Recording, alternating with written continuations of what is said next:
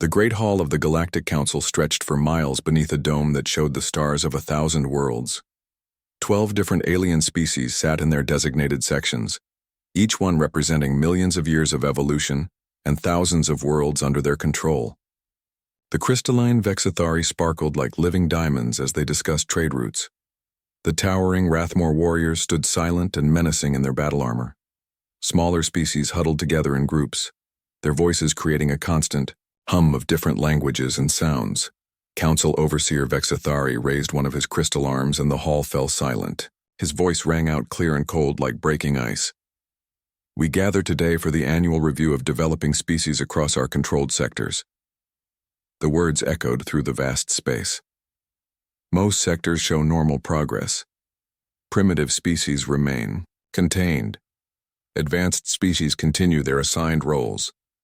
A holographic display appeared in the center of the hall, showing star maps with different colored zones. Green areas marked peaceful council worlds. Yellow zones showed species under observation. Red sections indicated dangerous areas where the council's military kept watch.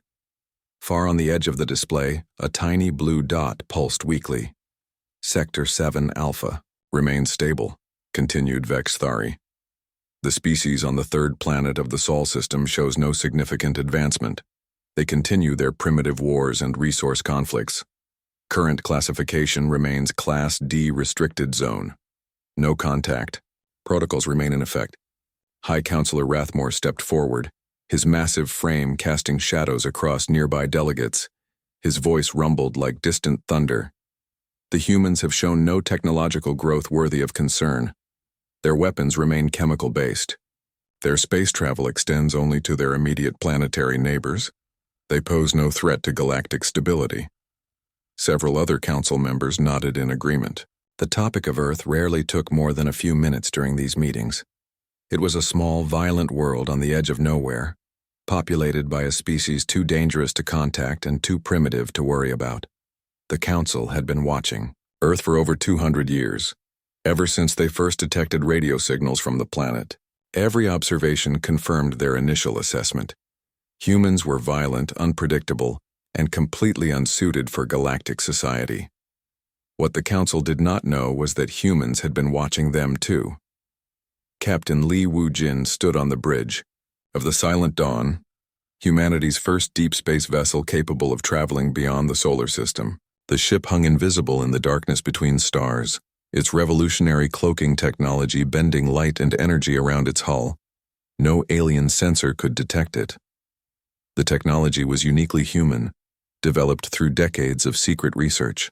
After Earth scientists first detected signs of alien civilization, "Status report," Lee said quietly to his crew. Around him, men and women worked at stations filled with displays and controls that looked nothing like the technology the Council expected from a primitive species. Dr. Park So-min looked up from her analysis station. Her dark eyes were focused and intense as she studied streams of data flowing across her screens. "We're receiving clear transmissions from the Council meeting. Their universal translator is working perfectly. We can understand everything they're saying about us." She paused and shook her head. "They think we're still using gunpowder and rockets." Lieutenant Commander Kim Tae-ho managed the tactical systems from his position near the captain.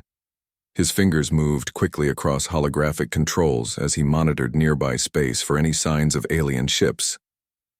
"Our stealth systems are working perfectly. 3 Council patrol ships have passed within scanning range and detected nothing. They're not even looking for us." Engineer O.G. Hai called out from the engine section.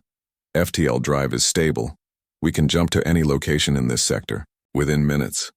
The new quantum tunneling system is performing better than our best projections." Her voice carried a note of pride. The drive system had taken humanity's brightest minds 15 years to develop, working in secret facilities hidden on the dark side of the moon. Captain Lee nodded and turned his attention back to the main display, which showed the Council meeting in perfect detail.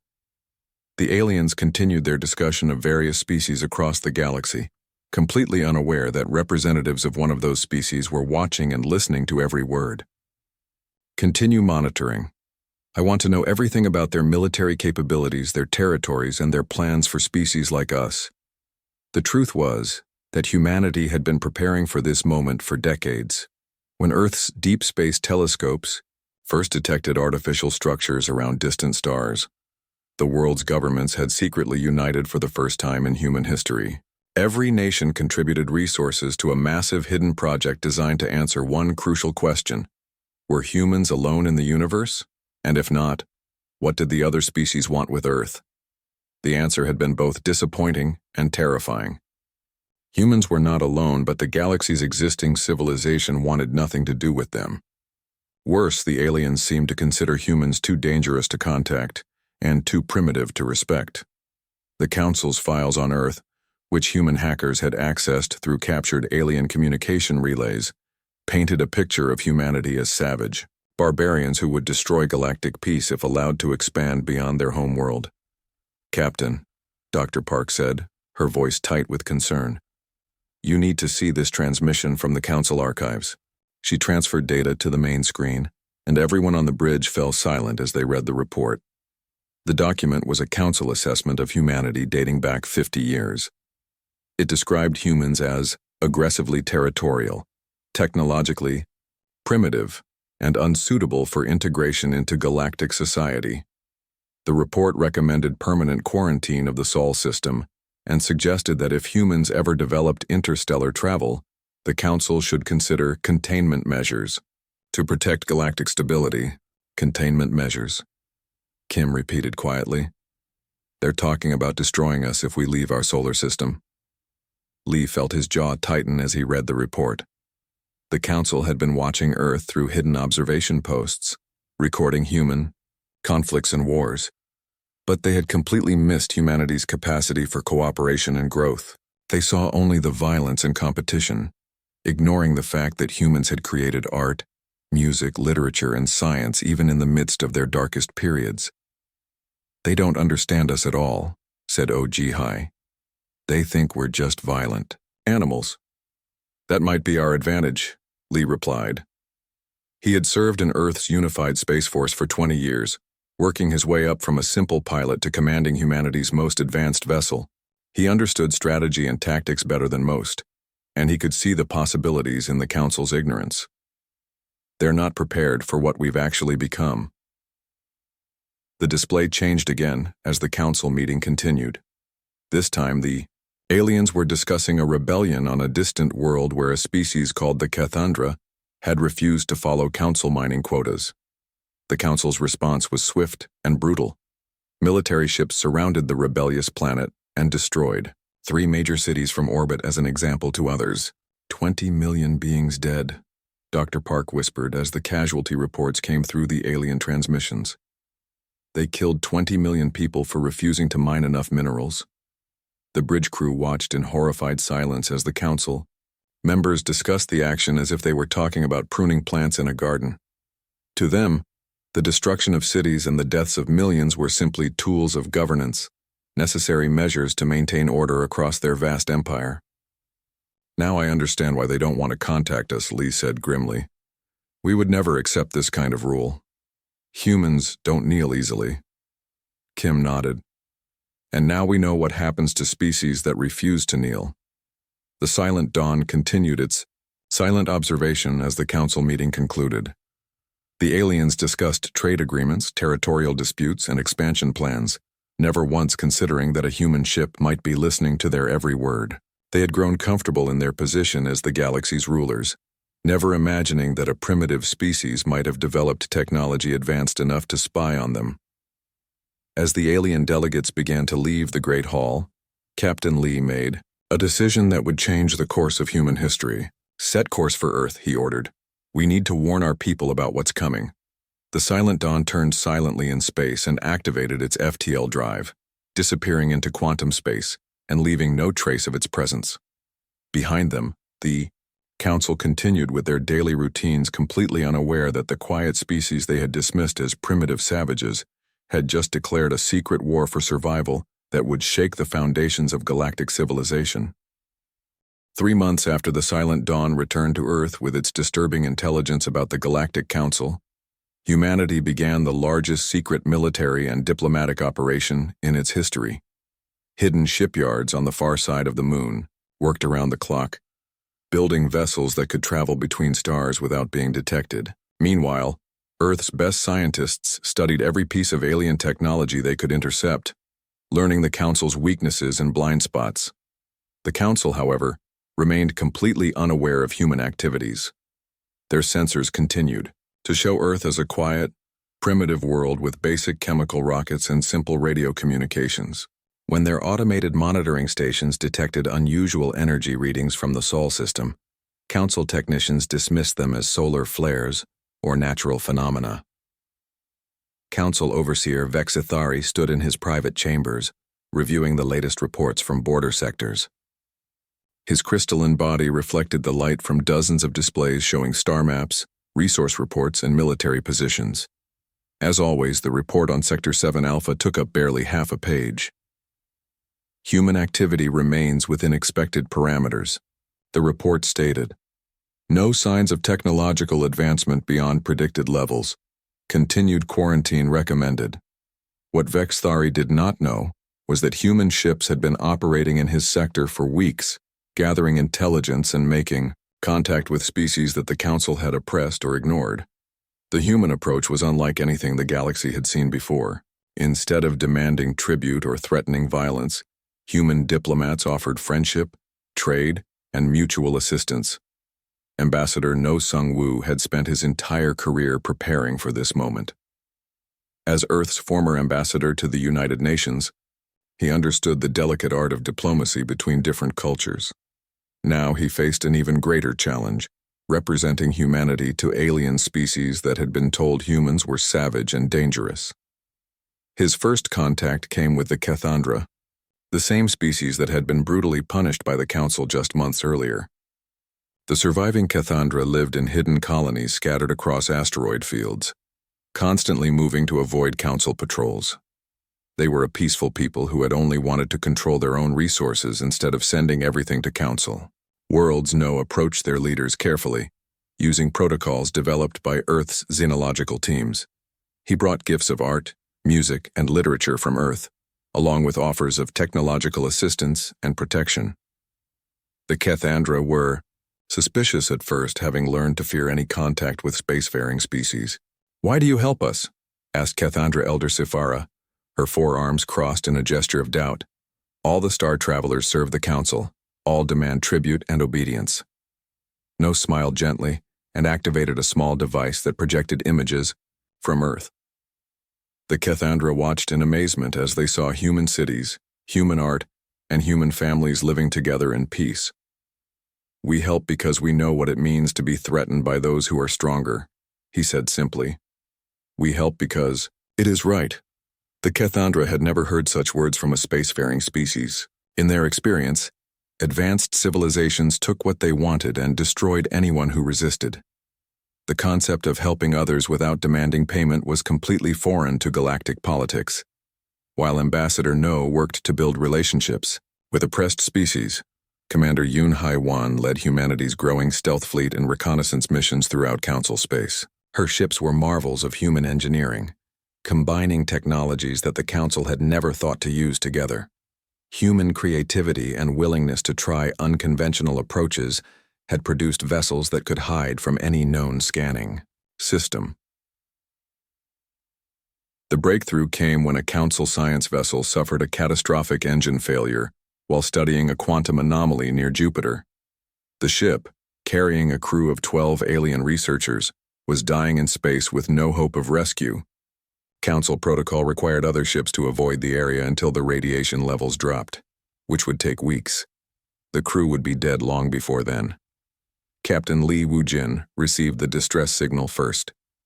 His ship, now renamed the Quiet Guardian, was conducting surveillance operations in the outer solar system when the alien vessel appeared on his sensors.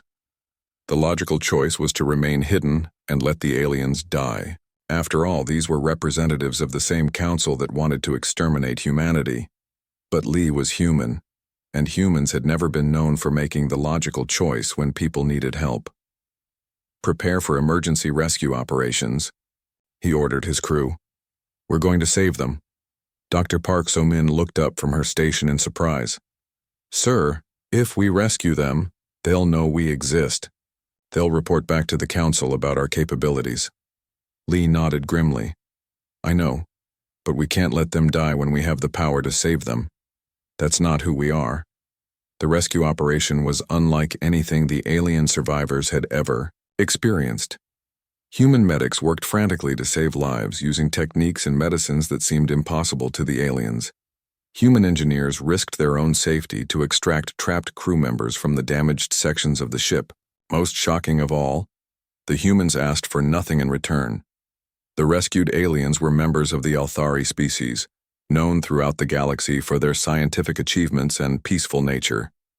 They had served the Council faithfully for centuries, never questioning the system that kept them safe and prosperous. But as they recovered in the medical bay of the Quiet Guardian, they began to see humans in a completely different light. You saved us, said Chief Scientist Veltar, his large eyes filled with confusion and wonder. The Council files say your species is violent and dangerous. They say humans cannot be trusted. Dr. Park smiled as she checked his medical readings. The Council doesn't know us very well, she replied. We fight when we have to, but we also help when we can. Both are part of being human. The Althari had never encountered a species that would risk exposure to save strangers. In Council space, every action was calculated for maximum benefit and minimum risk. The concept of risking everything to help others was so alien that they struggled to understand it.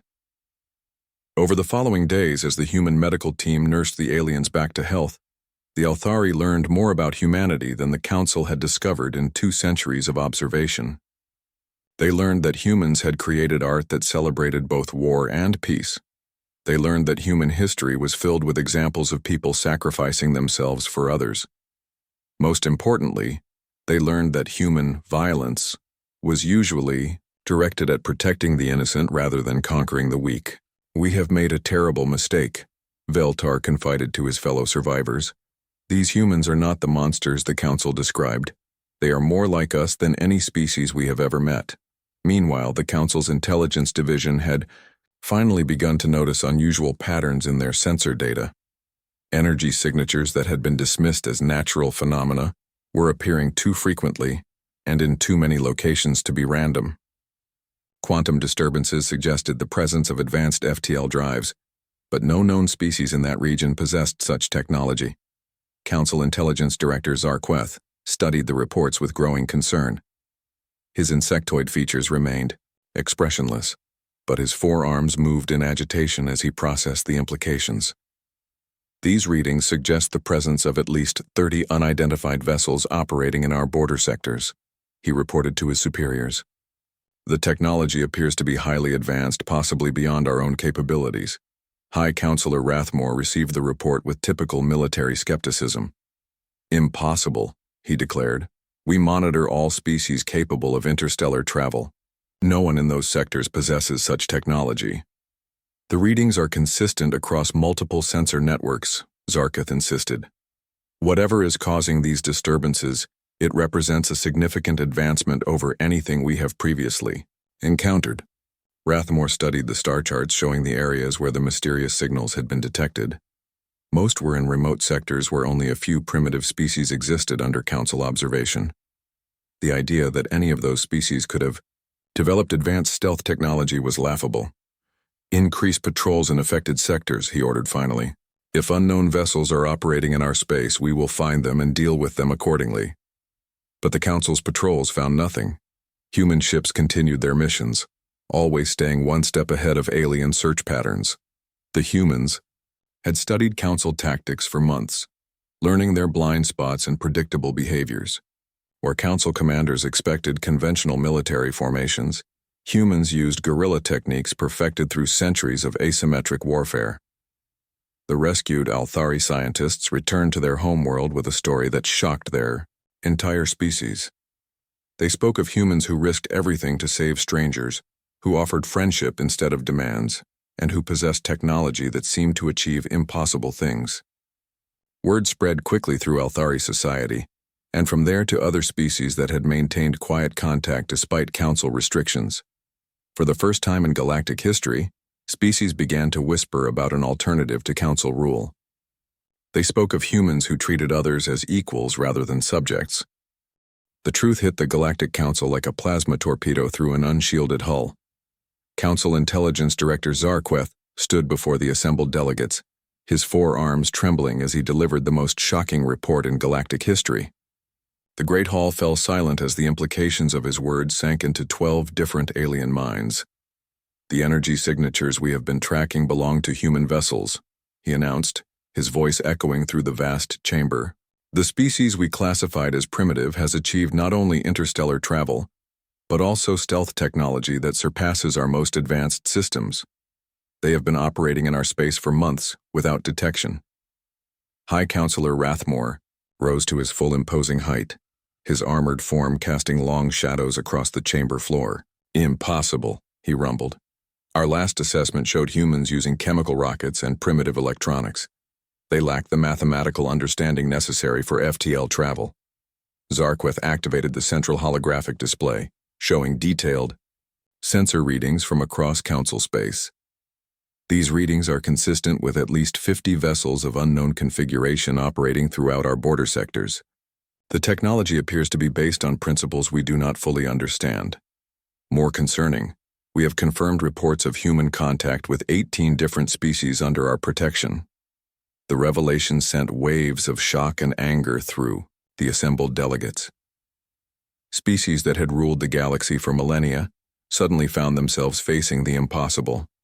A primitive world had not only achieved advanced technology, but had been secretly observing and contacting other members of their carefully controlled civilization. Council Overseer Vexathari's crystalline form pulsed with angry light. "This represents a violation of quarantine protocols and a direct threat to galactic stability," he declared. "The humans must be contained immediately." But not all council members agreed with the call for immediate action. Scientist Governor Keluan of the Althari delegation stepped forward, her voice calm but firm. "Perhaps we should consider the nature of these human contacts before taking drastic measures. My people have had direct interaction with human representatives, and their behavior does not match our previous assessments." Rathmore turned his attention to the Althari delegate with obvious displeasure. "Explain." 3 months ago, humans rescued a damaged Althari research vessel near their home system, Keluan reported. Instead of demanding tribute or technology, in return, they provided medical care and assistance without any expectation of payment. Their behavior was completely contrary to our intelligence files. Several other delegates began murmuring among themselves as similar reports emerged from their own territories. The Cathandra spoke of human offers of protection and technological assistance. The peaceful Meridian Confederacy described human diplomats who seemed genuinely interested in cultural exchange rather than conquest.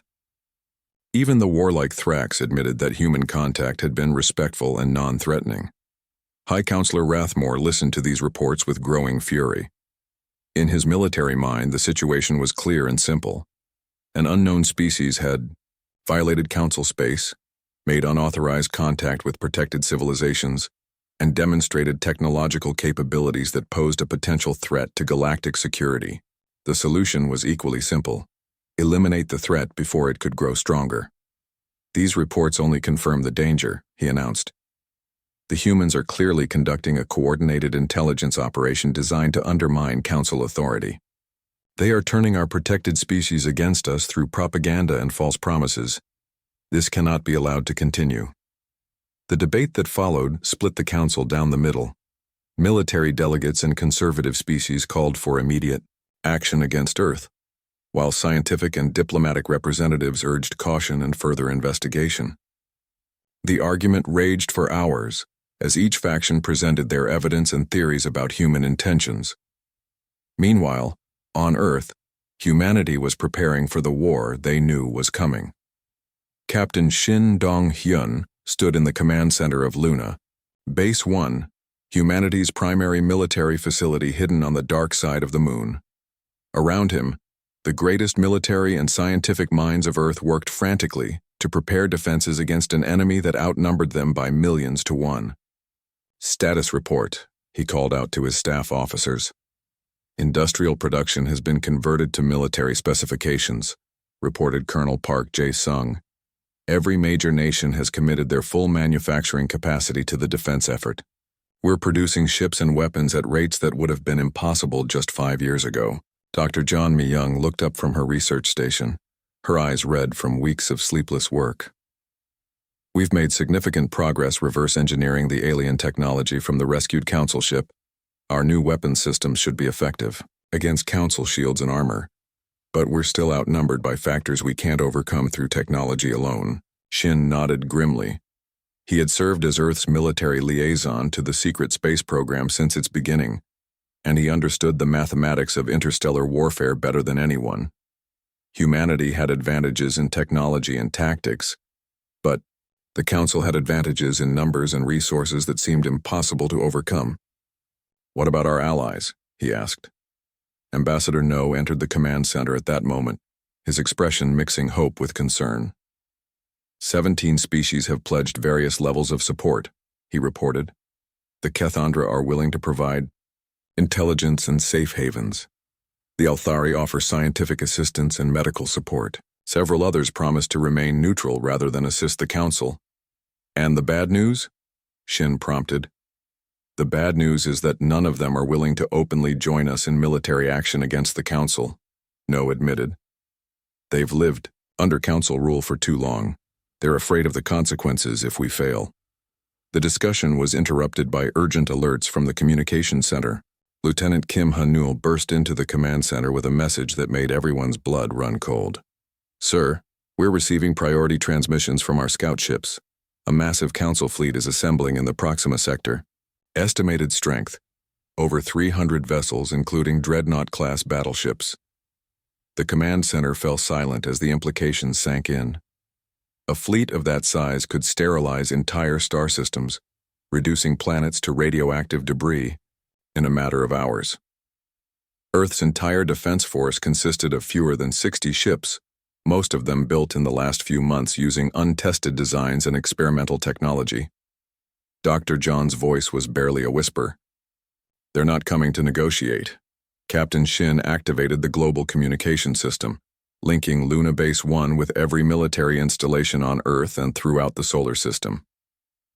"All units, this is Defense Command. Operation Homeland is now in effect. All personnel to battle stations. All civilian populations to designated shelters.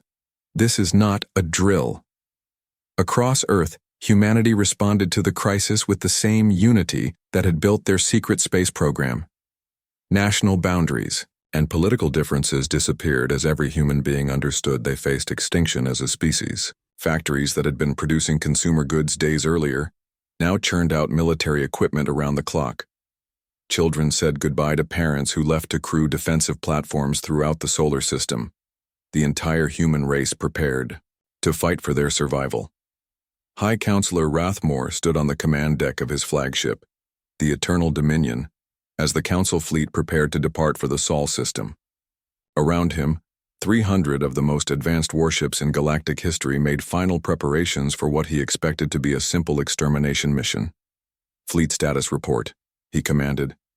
"All vessels report ready for deployment," replied Fleet Commander Zephylos. "Estimated travel time to target system, 6 days at maximum warp. Estimated time for complete planetary sterilization, 4 hours. Rathmore nodded in satisfaction. The Council had decided on the harshest possible response to human violations. Rather than risk allowing a potentially dangerous species to continue developing, they would eliminate humanity entirely and use Earth's fate as an example to other species that might consider challenging Council authority. "What resistance do we expect from the human vessels?" he asked. Zephylos consulted his tactical displays. "Intelligence suggests they possess approximately 60 ships of unknown capability. Even if their technology is somewhat advanced, they cannot possibly match our firepower or numbers. The engagement should be concluded within hours of our arrival." Neither of the Council commanders understood how badly they had underestimated their opponents. The humans they expected to fight were not the primitive warriors described in their intelligence files. They were a species that had survived ice, ages, volcanic winters, and global wars through adaptability and determination. They were innovators who had turned every challenge in their history into an opportunity for growth. Most importantly, they were unified in a way that no galactic species had ever achieved. As the Council fleet entered hyperspace and began its journey toward Earth, humanity made final preparations for a battle that would determine not only their survival but the future of freedom throughout the galaxy. Admiral Baek Chan-ho took command of Earth's combined fleet. Knowing that he was about, the Council fleet dropped out of hyperspace at the edge of the Sol system, with the confidence of predators approaching helpless prey. High Counselor Rathmore stood on his command bridge, watching the tactical displays show Earth's position and the handful of human ships his sensors could detect. After 6 days of travel, the moment of humanity's extinction had finally arrived. Long-range scans show minimal defensive positions, reported Fleet Commander Zephylos. We detect approximately 40 human vessels in various positions throughout the system. Their formation appears disorganized and primitive. Rathmore nodded with satisfaction. As expected. Begin the advance. All ships maintain formation. We will demonstrate Council power through overwhelming force. What the Council fleet did not realize was that they were flying into the most sophisticated trap in military history. Admiral Baek Chan-ho watched their approach from his hidden command ship, studying enemy movements and waiting for the perfect moment to spring his carefully planned surprise. Around him, Earth's greatest military minds monitored displays showing the true positions of humanity's defensive forces. Enemy fleet is maintaining predictable formation patterns, reported Captain Lee Soo-jin from her position aboard the experimental fighter carrier Defiant Hope. They're following standard Council battle doctrine exactly as we predicted. Admiral Bayek smiled grimly. Then they're about to learn why human military doctrine exists. All units, prepare to execute Operation Quiet Thunder. The battle began. When the Council fleet reached what they calculated was a safe firing distance from the nearest human vessels, Rathmore gave the order to open fire, expecting to see human ships destroyed within minutes. Instead, the Council forces found themselves shooting at empty space as their targets vanished like ghosts. Where did they go? Demanded Zephylos as his tactical officers struggled to reacquire the human ships. The answer came in the form of weapons fire from directions the Council had never expected. Human ships materialized behind Council formations, appearing from asteroid fields and planetary shadows, where they had been hiding with their advanced stealth systems. The first wave of human attacks targeted Council sensor arrays and communication systems, blinding and deafening the alien fleet before they could properly respond. Lieutenant Lee Soo-jin led a squadron of human fighters in an attack run against the Council flagship. Her small, highly maneuverable craft danced between the massive alien vessels like insects avoiding swatting hands. The Council's weapons, designed for ship-to-ship combat at long range, could not track the swift human fighters effectively. Target their shield generators, she ordered her squadron over the comm system. Remember, we're not trying to destroy them, we're trying to embarrass them. The human strategy was unlike anything seen in galactic warfare. Instead of trying to match the Council's superior firepower directly, humanity used speed, stealth, and precision to attack specific systems. They disabled weapons rather than destroying ships, captured crew members rather than killing them, and always left their opponents able to retreat if they chose to do so. But the most shocking moment of the battle came when a Council destroyer suffered a catastrophic reactor failure that would have killed everyone aboard. The ship's crew prepared to die, accepting their fate as the price of military service. Instead, they found themselves being rescued by the same humans they had come to exterminate. Dr. Park So-min led the rescue operation, beaming aboard the damaged Council ship with a team of human medics and engineers. The alien crew watched in amazement as their enemies worked frantically to save lives and prevent the ship's reactor from exploding. Within hours, the humans had not only prevented the destruction of the vessel, but had repaired enough systems to make it space-worthy again. "Why do you save us?" asked the ship's captain, a Thrax warrior who had served the Council for 30 years. "We came here to destroy your world." Dr. Park looked up from her medical scanner, sweat beading her forehead from the intense work. "Because your people," she replied simply. "Because saving lives is what we do, even when those lives belong to our enemies." The rescued captain stared at her in confusion. In his warrior culture, enemies were to be killed or conquered, not saved, and healed. The concept of showing mercy to those who came to kill you was so alien that he struggled to comprehend it. Yet here was a human doctor risking her own life to save his crew. News of the rescue spread quickly through the Council fleet, as the humans continued their unprecedented military tactics. Instead of the vicious, primitive fighters, the Council expected they found themselves facing opponents who fought with honor, precision, and an incomprehensible concern for enemy casualties. Admiral Bayek coordinated the human defense from his command ship, watching as his carefully planned strategies unfolded exactly as hoped. "Status report from all sectors," he called out to his staff. "Sector Alpha reports successful completion of primary objectives," came the reply from Colonel Park Jae-sung. "Council forces have been neutralized with minimal casualties on both sides. Enemy vessels are withdrawing to defensive positions. Sector Beta reports similar success. The Council's eastern flank is completely disrupted. Their command structure appears to be breaking down. Sector Gamma has encountered heavier resistance, but our stealth units are maintaining tactical advantage." But the most important report came from Dr. Park's medical team. "Admiral, we've rescued over 300 Council personnel from damaged vessels. Our medical facilities are treating wounded aliens alongside our own people. The psychological impact on enemy forces is significant." The Council fleet, which had arrived expecting easy victory, found itself scattered and confused. Their weapons could not effectively target human ships. Their sensors could not penetrate human stealth technology. Most disturbing of all, their opponents seemed more interested in saving Council lives than taking them. High Counselor Rathmore paced his command bridge like a caged predator, his massive form radiating fury and frustration. "How is this possible?" he demanded. "These are primitive barbarians with chemical rockets and radio communications." Fleet Commander Zephylos studied the tactical displays with growing despair. "Their technology appears to be far more advanced than our intelligence indicated. Their ships use propulsion systems we don't understand and weapons that seem to phase through our shields." "Then destroy everything," Rathmore roared. "Forget about precision attacks. Use planetary bombardment weapons. Reduce their entire system to debris." But even as he gave the order, Zephylos knew it was too late. The human defensive positions were too well hidden and too mobile for orbital bombardment to be effective.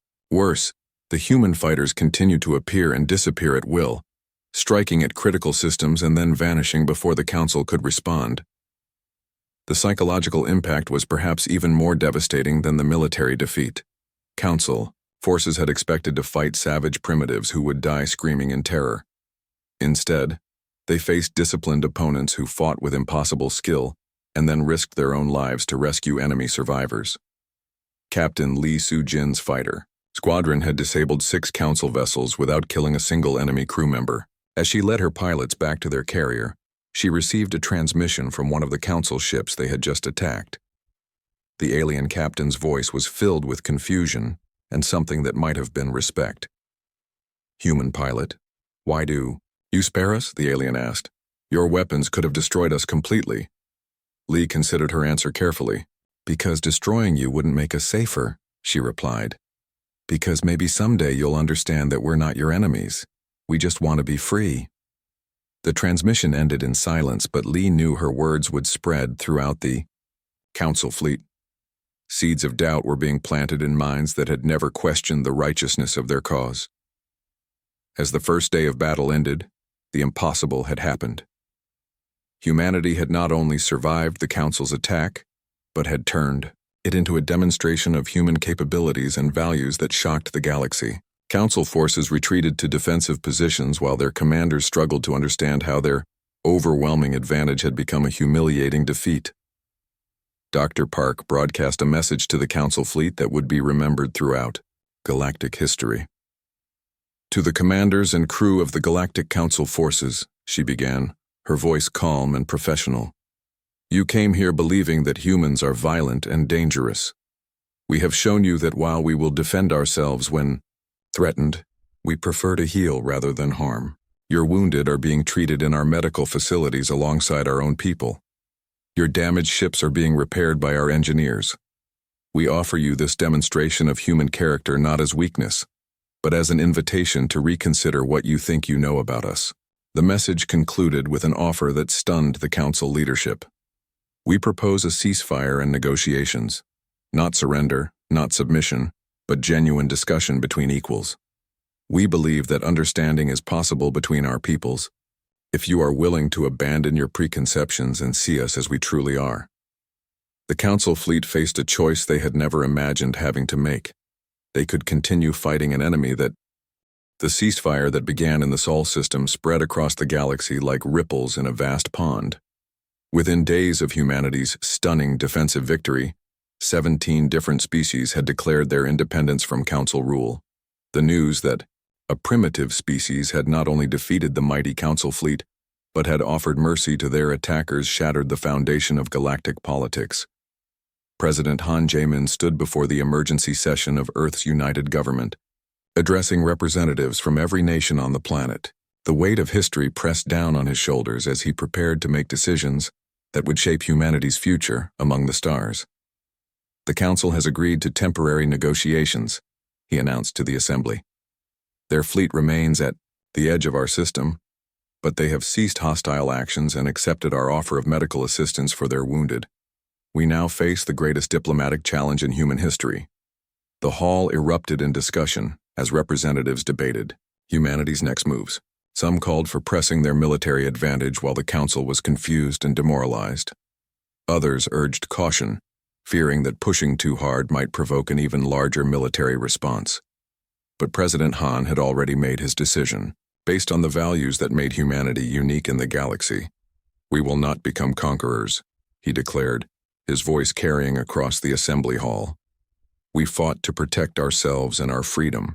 Now we will negotiate to protect the freedom of all species who desire it. This is not about human dominance. This is about creating a galaxy where every sentient being has the right to determine their own destiny. The negotiations that followed took place aboard a neutral space station, hastily constructed in the asteroid belt between Mars and Jupiter. Human engineers and alien technicians worked together to create a facility where representatives of dozens of species could meet safely. The symbolism was intentional, a new structure built through cooperation rather than conquest. Council reformist Keth Andra arrived as part of the first alien delegation, her crystalline form reflecting the lights of human-built corridors. She had spent her long life serving the Council faithfully, but the events of recent months had shaken her faith in the system she had helped maintain. Your species has done something unprecedented, she told Ambassador No during their first private meeting. You have shown that resistance to the Council is possible.